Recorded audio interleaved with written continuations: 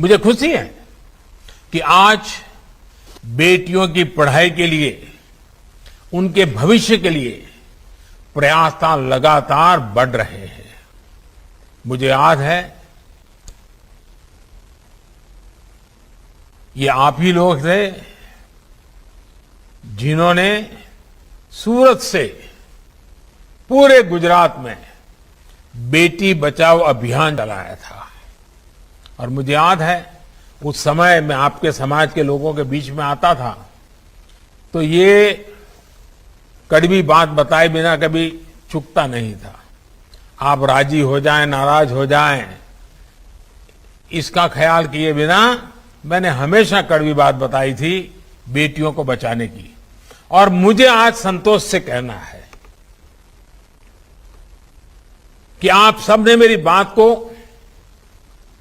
उठा लिया और आपने सूरत से जो यात्रा निकाली थी, पूरे गुजरात में जाकर के, समाज के हर कोने में जाकर के, गुजरात के हर कोने में जाकर के बेटी बचाने के लिए लोगों के शपथ दिलवाए थे।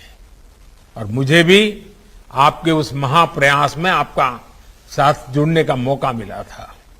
बहुत बड़ा प्रयास किया था आप लोगों ने। गुजरात ने रक्षा शक्ति यूनिवर्सिटी, अभी हमारे भूपेंद्र भाई बड़ा विस्तार से यूनिवर्सिटी का वर्णन करते थे, लेकिन मैं भी इसको दोहराना चाहता हूं ताकि जब आज देश के लोग इस कार्यक्रम को देख रहे हैं तो उनको भी पता चले। गुजरात ने इतने कम समय में रक्षा शक्ति यूनिवर्सिटी, दुनिया की पहली forensic science university, law university और दीनदयाल एनर्जी यूनिवर्सिटी, इसके साथ ही दुनिया की पहली children's university, teachers training university, sports university, Kamdhenu university जैसी अनेकों इनोवेटिव शुरुआत करके देश को नया मार्ग दिखाया है। आज इन सारे प्रयासों का लाभ गुजरात की युवा पीढ़ी को मिल रहा है। मैं जानता हूं आप में से अधिकतर को इनके बारे में पता है और अभी भूपेंद्र भाई ने बताया भी है, लेकिन आज मैं ये बातें आपके सामने इसलिए दोहरा रहा हूं क्योंकि जिन प्रयासों में आपने मेरा साथ दिया, आप मेरे साथ कंधे से कंधा मिलाकर के चले, आपने कभी पीछे मुड़कर के देखा नहीं, उससे मिले अनुभव आज देश में बड़े बदलाव ला रहे हैं। साथियों, आज नई राष्ट्रीय शिक्षा नीति के जरिए देश की शिक्षा व्यवस्था को भी आधुनिक बनाया जा रहा है। नई राष्ट्रीय शिक्षा नीति में प्रोफेशनल कोर्सेज की पढ़ाई स्थानीय भाषा में, मातृभाषा में कराए जाने का विकल्प भी दिया गया है। बहुत कम लोगों को समझ आ रहा है कि इसका कितना बड़ा प्रभाव पैदा होने वाला है। गांव का गरीब का बच्चा भी अब अपने सपने साकार कर सकता है। भाषा के कारण उसकी जिंदगी में अब रुकावट नहीं आने वाली है।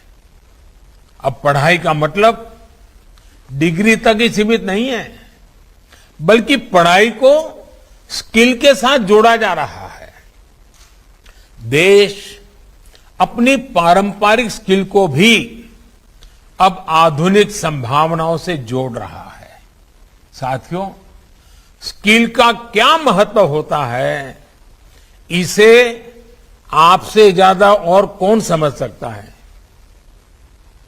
एक समय आप में से अधिकांश लोग सौराष्ट्र में अपना घर छोड़कर, खेत खलिहान छोड़कर, अपने दोस्त रिश्तेदार छोड़कर हीरा घिसने, हीरा घसू के रूप में सूरत आए थे। एक छोटे से कमरे में 8-8, 10-10 लोग रहा करते थे, लेकिन ये आपकी स्किल ही थी, आपका कौशल ही था, जिसकी वजह से आज आप लोग इतनी ऊंचाई पर पहुंचे हैं।